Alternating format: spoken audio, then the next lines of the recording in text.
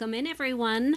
Thank you so much for joining us here on Parenting Playbook. I'm Susan Goodman. Well, as promised, we've got all of those back-to-school concerns covered. Joining me this morning is Mary Sieplick. She is an educator and a parent. Mary, thank you so much for joining us. You have been a principal in numerous schools, now an assistant principal at a elementary school in Holyoke. There are some key pieces of advice you have to get parents prepared and ready. Let us have it. So I think the biggest thing is, this weekend is August 1st, so start getting back into those routines of earlier bedtimes. Summer, the living's easy, the bedtimes usually slide, so I think getting back into those good routines. I think, preparing your kids for back to school, talking to them about the importance of being prepared and what you're going to do to get prepared. One of the biggest things that is near and dear to my heart is reading with your kids. That should be happening all summer, but really...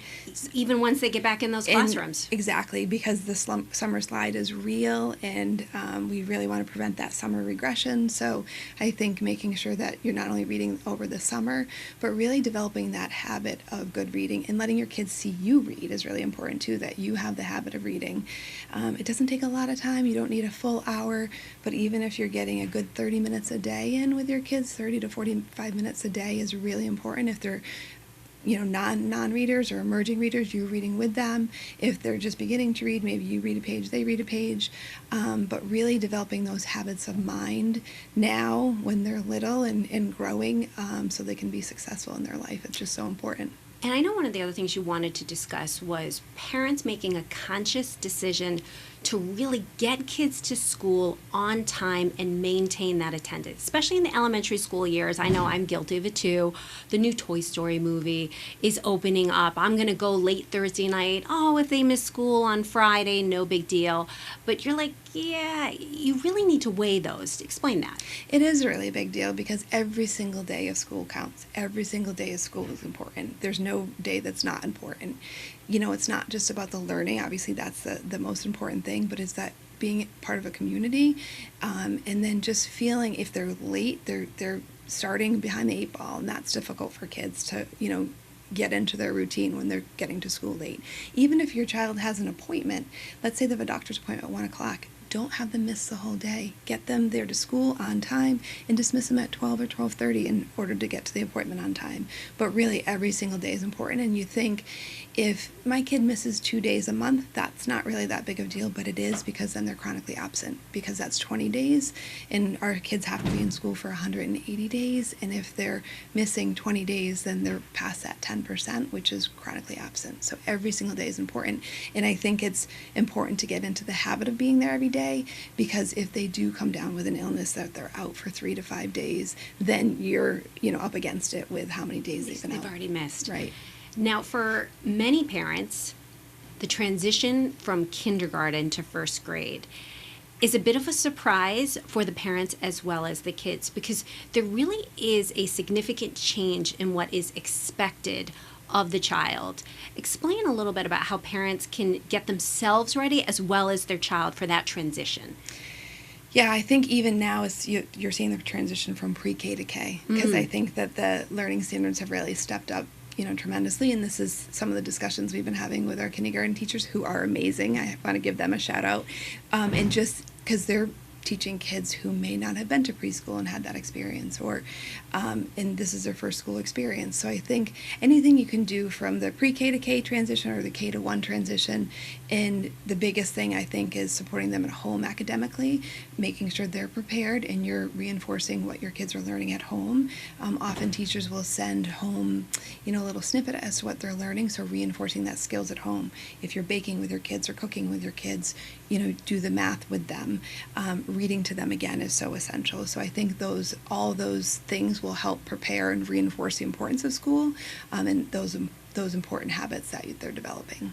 And if you have a kiddo who is particularly anxious about starting kindergarten, first grade, second grade, really any grade, it's okay to reach out to the school, maybe email with the teacher a little bit ahead, find out some facts about that teacher. I know with my kids, I always asked if they could go into school Absolutely. a couple days before so they could take a look at their classroom, meet the teacher. That is allowed, isn't it? Absolutely. We want to partner with families. We want to reduce anxiety. We don't want kids to be scared. We've we've done many, summer tours of the school just to reduce that anxiety. That's wonderful. And we're not judging. We don't judge families. We meet families where they are, and we just really want to support families wherever they are. I think the more you can share, obviously it's kept confidential with either the principal, assistant principal, counselors. We're all there to support you, and we really want to, have families be comfortable, and most importantly, have our kiddos be comfortable as they're returning to school, because it is scary. They've been off from school for 10 to 12 weeks. That's a long time. Now, we are very lucky to have Mary joining us as a guest today, because she's not only an educator, she's a parent of 3 grown children who have gone through college. So she's also here to talk about empty nesting. It's not a joke. It's a really difficult life change that parents go through. When they are going through this, they may experience sadness, loneliness, loss of purpose, anxiety, or worry. Mary is here to talk a little bit about that. She has 3 children who have gone through college. Tell me about the first experience you had when your oldest went off to school. So, our daughter's our oldest. She's now 29, married, living out in Indy. And she was funny. We were dropping her off at school. She went to University of New Hampshire, about 2.5 hours away, and I was giving her a big hug, and she gave me a little pat. Oh. Yeah, and I was like, oh, okay. So the separation has begun. Exactly, but we spend our lives preparing for that moment. We want our kids to go off and be independent and be happy and be successful. Those are all the things we've worked so long to prepare for, right? But that's our identity. We're their mom, we're their dad, we're their parents. And I think when they go off, it is hard. And I think it's okay to feel all those emotions. You're going to feel a range of emotions. You're going to feel sadness. You're going to feel happy. You're going to feel excitement for them and their new adventure. But I think if you can, first of all, start a new or an old hobby before they leave, so you're kind of in that routine. Reconnect with old friends that you haven't had time to see, but do those things ahead of time, I think. Get so prepared. That it's not, it's not happening there like, now what do I do? Mm-hmm. So, but she was our oldest. We still had 2 at home. And I think it just is different, for those 2 at home. But then I think you see that natural progression as your kids are growing older and getting more independent, Was it hard on the youngest to have both siblings be gone off to college? Now they're home alone with mom and dad, but also missing their siblings. How was that? Absolutely. So our youngest was when his older brother, that was the second to go off to college, left. He's like, oh, great. Now I have mom and dad's full attention. Well, here we go. And they're 2 years apart in school, so it was this 2 years and then 2 years. And so when he went off to college, he went the furthest. He was about 12 hours away. But when he was home with his no siblings, he was, I think he did enjoy the quality time, but I think that part of him was like, oh, great, this is where we are now. But we were very blessed, because when, COVID-19 was not a blessing for many, but it was during our youngest freshman year in college, and all our kids came home for 6 months. The other 2, our daughter was living in Boston, our other son was at UMass Amherst, and our other son was in college too, and they all came home for 6 months, and it was such a blessing to have them home. How was it when they all left again? At the same time. It was actually, after being home for 6 months, it was okay. Okay, so that's the cure to empty nest syndrome. Have everyone come back for 6 months. For 6 months.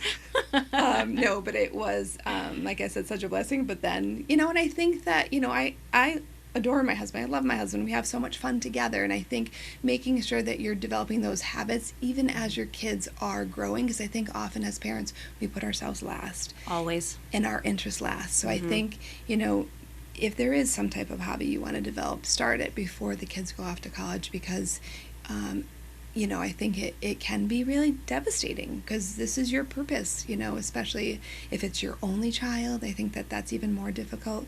But I think feel all those feelings. There's nothing to be embarrassed by those feelings.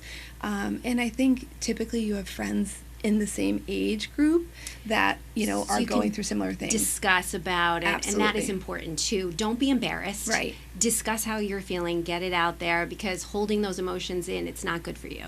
And I think making a plan as to how you're going to stay connected and agreeing on that plan. I think it's difficult not to hover, but I think your relationship changes. It doesn't end as a parent. Your kids always need parenting, but it evolves, and it's more as, I like that word, you evolves. know, yeah, it does evolve, and you're more as a, you know, like a consultant to them now. Like they'll call and they'll, you know, you're an advisor type, you know, relationship. So it does evolve, but they always need their mom and dad, you know.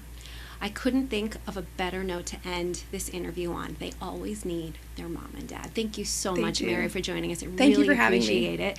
Remember, a new episode of Parenting Playbook drops every Tuesday morning. Have a good day, everyone.